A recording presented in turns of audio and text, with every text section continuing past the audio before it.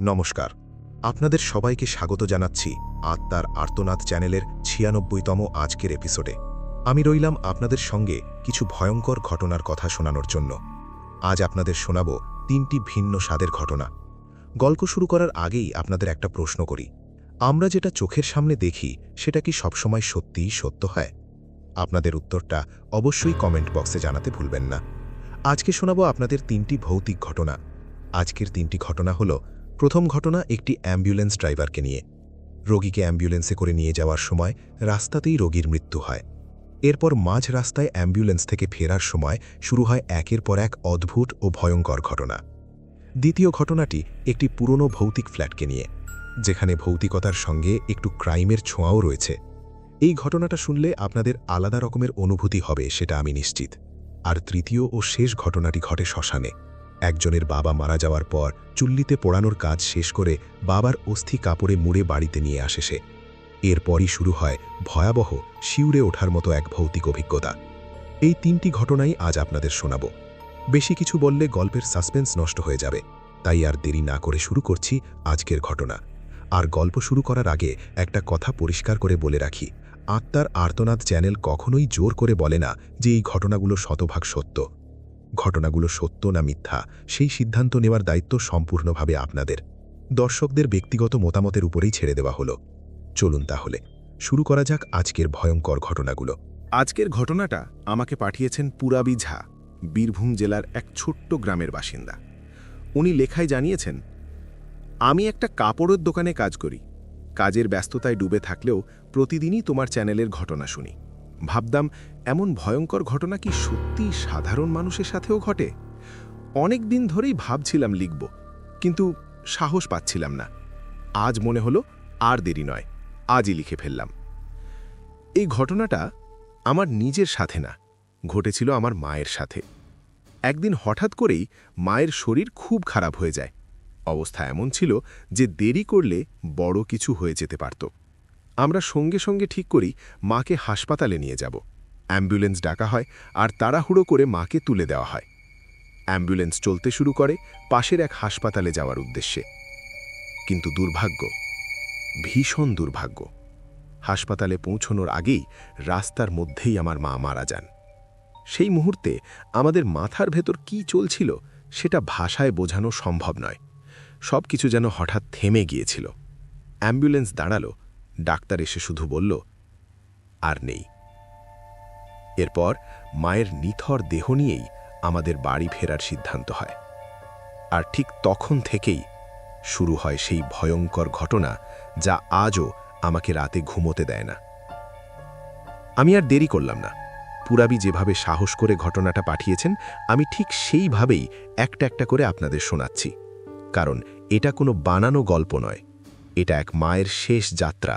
আর সেই যাত্রাপথেই দেখা দেওয়া এমন কিছু যা ব্যাখ্যা করার মতো কোনো যুক্তি আজও আমার নেই। আমরা মায়ের দেহ নিয়ে বাড়ির পথে রওনা হলাম। অ্যাম্বুলেন্সের ভেতরে এক অদ্ভুত নীরবতা। ডাক্তাররা ওনাদের কাজ শেষ করে চলে গেছে। আমরা শুধু মায়ের নিথর দেহটা দেখছি, আর কল্পনা করতে পারছি না যে মা আর নেই। রাস্তা ফাঁকা ছিল। ধীরে ধীরে সূর্য ডুবে যেতে শুরু করেছে। হঠাৎ অ্যাম্বুলেন্সের লাইটের মধ্যে কিছু অদ্ভুত দেখা যায়। মায়ের দেহের পাশে হালকা কাগজের মতো কিছু দুলছে। আমি প্রথমে ভাবলাম কেবল আলো আর শরীরের নড়াচড়া, কিন্তু আমার সঙ্গে থাকা ভাই ও কাকা দুজনেই কিছু একটা দেখছে বলে ভীত সুরে বলল, এটা কি ছায়া নাকি? আমি মদত করে বললাম, ভাই ভেবো না, এটা কেবল আলো। কিন্তু ভিতরে ভয়ের সেই অনুভূতি নিখুঁতভাবে জমে উঠছিল। রাস্তার এক বাঁক ঘুরতেই হঠাৎ শুনলাম মায়ের দেহ থেকে খুব হালকা গিলানো মতো আওয়াজ। প্রথমে আমরা কেউ বিশ্বাস করতে পারিনি। আমি ভয়ে চেপে ধরলাম মায়ের কফিনের পাশের হাত। কিন্তু মায়ের দেহ নিথর, তবুও সেই হালকা কণ্ঠ, যেন কেউ বলছে, বাড়ি নিয়ে যা, না হলে আমি শান্তি পাব না। ভাই চেঁচিয়ে বলল, এটা আমাদের মন, বাস্তব না। কিন্তু আমার কানে বাজছে, কেবল আমার কানে না, আমরা সবাই শুনছি। রাস্তায় ফেরার সময় এক অদ্ভুত ঠান্ডা হাওয়া এলো। জানালা বন্ধ থাকলেও হঠাৎ ঠান্ডা ঘরে ঢুকে গেল।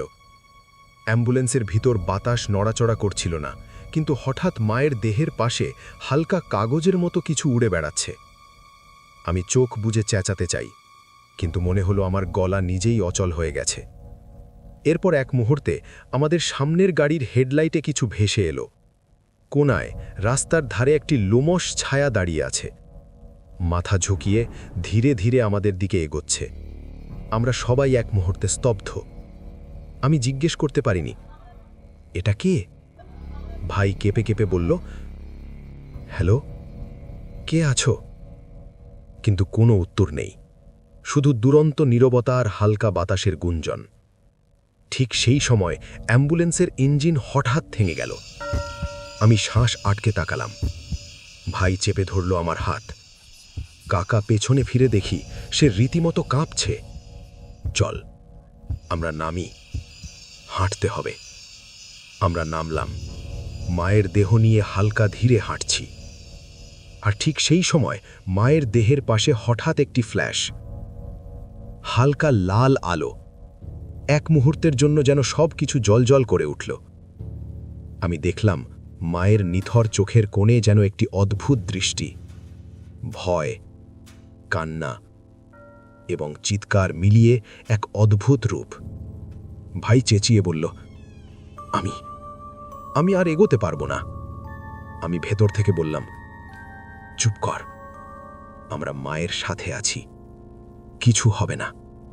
কিন্তু আমার নিজের হৃদয়ও জানত এখানে কিছু মানুষ বা অদ্ভুত শক্তি কাজ করছে। হঠাৎ আমরা শোনা পেলাম দূরের গাছপালার মধ্যে কে যেন ধীরে ধীরে হাঁটছে। আমাদের কানে বাজছে ছোট ছোট পদধ্বনি, কিন্তু রাস্তা ফাঁকা। অ্যাম্বুলেন্সে কেউ নেই, শুধু আমরা তিনজন।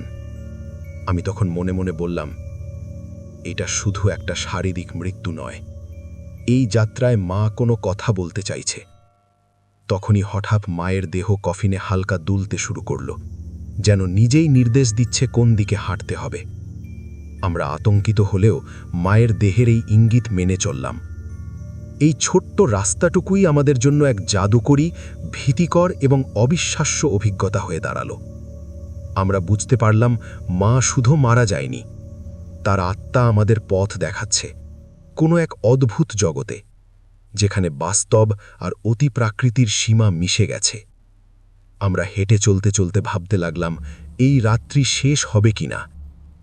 এই যাত্রা কি আমাদের জন্য শেষ হয়ে যাবে, নাকি আরও গভীরে চলে যাবে সেই অদ্ভুত রহস্যময় জগতে? আমরা মায়ের দেহ বাড়ি ফিরতে ফিরতে প্রায় রাতের সময় পৌঁছালাম। গ্রাম পুরো নিরিবিলি, শুধু দূরে দূরে লণ্ঠনের আলোক ছটায় কিছু ঘর দেখা যাচ্ছে। অ্যাম্বুলেন্স থামিয়ে আমরা ধীরে ধীরে মায়ের দেহ নামালাম। কিন্তু ঠিক সেই মুহূর্তে বাড়ির সামনের উঠোনে হঠাৎ একটা ঠান্ডা হাওয়া বয়ে গেল।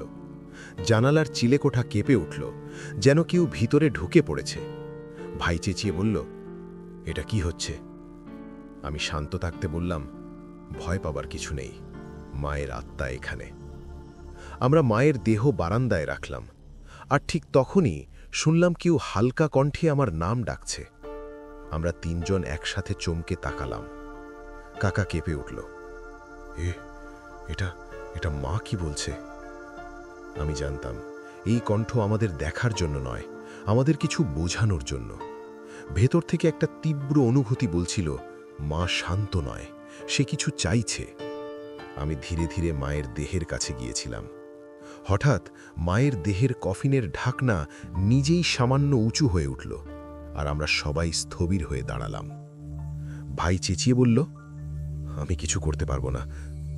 আমি নিজেকে ধরে বললাম, চুপ করো, দেখো মা কি চাচ্ছে। মায়ের দেহের কফিন থেকে হঠাৎ একটি ছোট্ট কাগজের মতো কিছু ঝরে পড়ল। আমি তুলে দেখি একটা লেখা, হালকা কেঁপে ওঠা হাতে লেখা, কিন্তু আমরা সবাই পড়তে পারলাম, আমাকে শেষবার ভালোভাবে বিদায় দাও, নয়তো আমি যেতে পারবো না। আমরা তখন বুঝলাম মায়ের আত্মা শান্তি চাইছে, কিন্তু শেষ বিদায়টা হয়নি। আমরা দ্রুত প্রার্থনা শুরু করলাম। হঠাৎ বাড়ির ভিতরে কিছু অদ্ভুত শব্দ শুরু হলো। পেছনের দরজা খুলে ধীরে ধীরে হাওয়া বয়ে যাচ্ছে। আমরা সবাই এক জায়গায় জড়ো হলাম। ভেতরে একটি ছায়া অদ্ভুতভাবে নড়ছে। মনে হলো মা আমাদের দেখছে, আমাদের সঙ্গে কথা বলছে, কিন্তু আমরা স্পর্শ করতে পারছি না। আমি নিজেকে সাহস দিলাম, কাঁপতে কাঁপতে বললাম, মা, আমরা এখানে, শান্তি দাও, তুমি আর আমাদের ছাড়িয়ে যেতে পারো। ঠিক সেই মুহূর্তে সব ধূসর ছায়া মিলিয়ে গেল, বাতাস শিথিল হলো, শান্তি ফিরে এলো। আমরা সবাই শান্তভাবে দাঁড়িয়ে রইলাম। মনে হলো মা আমাদের সঙ্গে ছিল, শেষবারের মতো বিদায় নিচ্ছে। সেই রাতের পর থেকে যখনই কেউ বলে আমি ভয় পাই, আমার মনে পড়ে সেই রাত, সেই রাস্তা, মায়ের নিখর দেহের পাশে হঠাৎ ঘটে যাওয়া সব রহস্যময় ঘটনা। আমরা জানি মা চলে গেছে, কিন্তু তার আত্মার ছায়া আজও আমাদের চোখের কোণে, আমাদের হৃদয়ে। এভাবেই শেষ হলো আমার মায়ের শেষ যাত্রা। আমি আজও সেই ঘটনা মনে করলে শিউরে উঠি, কিন্তু সাহস করে লিখলাম, পাঠালাম তোমাদের, যাতে বোঝা যায় কখনো কখনো বাস্তব ভয় কল্পনার চেয়েও বেশি ভয়ঙ্কর হয়। তোমার ঘটনাটা ভালো লাগলো। ঘটনাটা শুনে মনে হলো মা তোমাদের নিজের প্রাণের চেয়ে বেশি ভালোবাসত, আর তোমাদের ছেড়ে যেতে চায়নি। সাধারণত মায়েরা তাদের সন্তানদের নিজের প্রাণের থেকেও বেশি ভালোবাসে, আর পুরবী, তোমার মা তোমাকে ছেড়ে যাওয়া খুব প্যাথেটিক আমার কাছে লাগলো। এবার দেরি না করে পরবর্তী ঘটনা শুরু করছি। পরের ঘটনাটা। এই ঘটনাটা আমাকে পাঠিয়েছেন ময়ূখ মণ্ডল।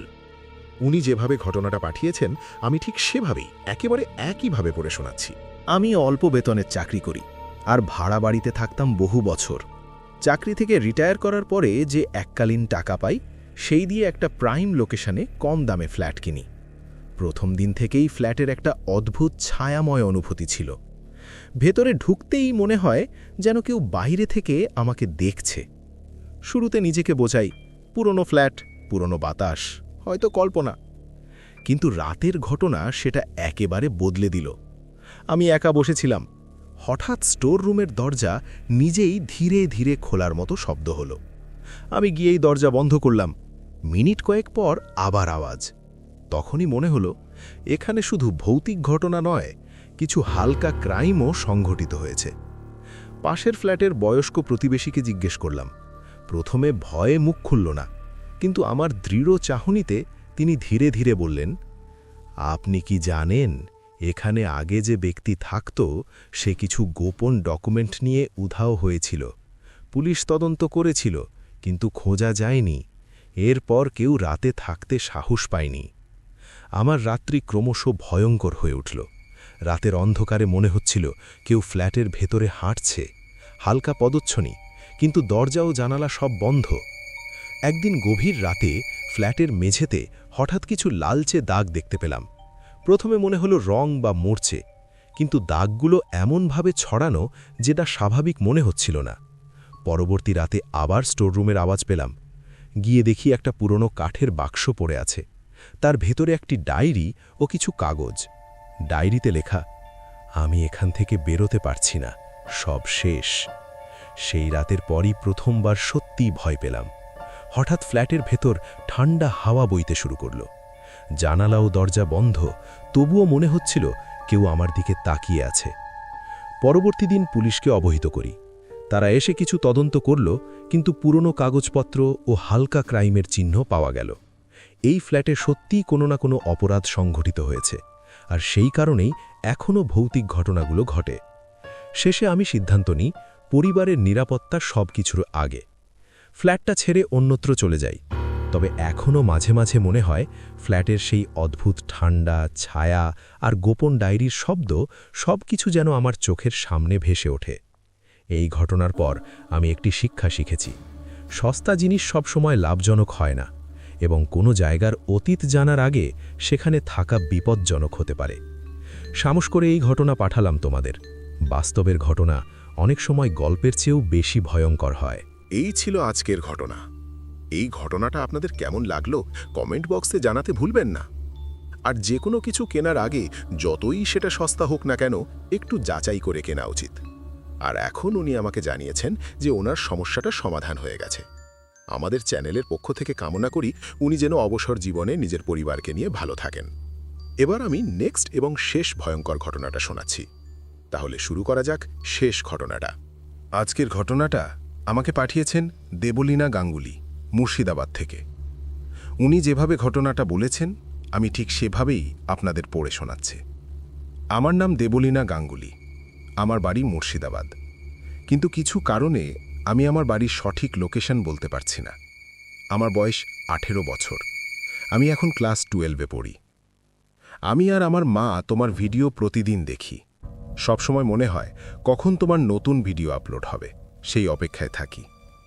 আজ যে ঘটনাটা বলবো সেটা আমার নিজের সাথেই ঘটেছে। এই ঘটনাটা ঘটেছিল যখন আমি ক্লাস 8-এ পড়ি। সেই সময় আমার বাবা ক্যান্সারে আক্রান্ত হন। বিভিন্ন হাসপাতালে আমরা ঘুরেছি, অনেক চেষ্টা করেছি, কিন্তু এই মরণ ব্যাধির সাথে আমরা পেরে উঠতে পারিনি। শেষ পর্যন্ত আমার বাবা মারা যান।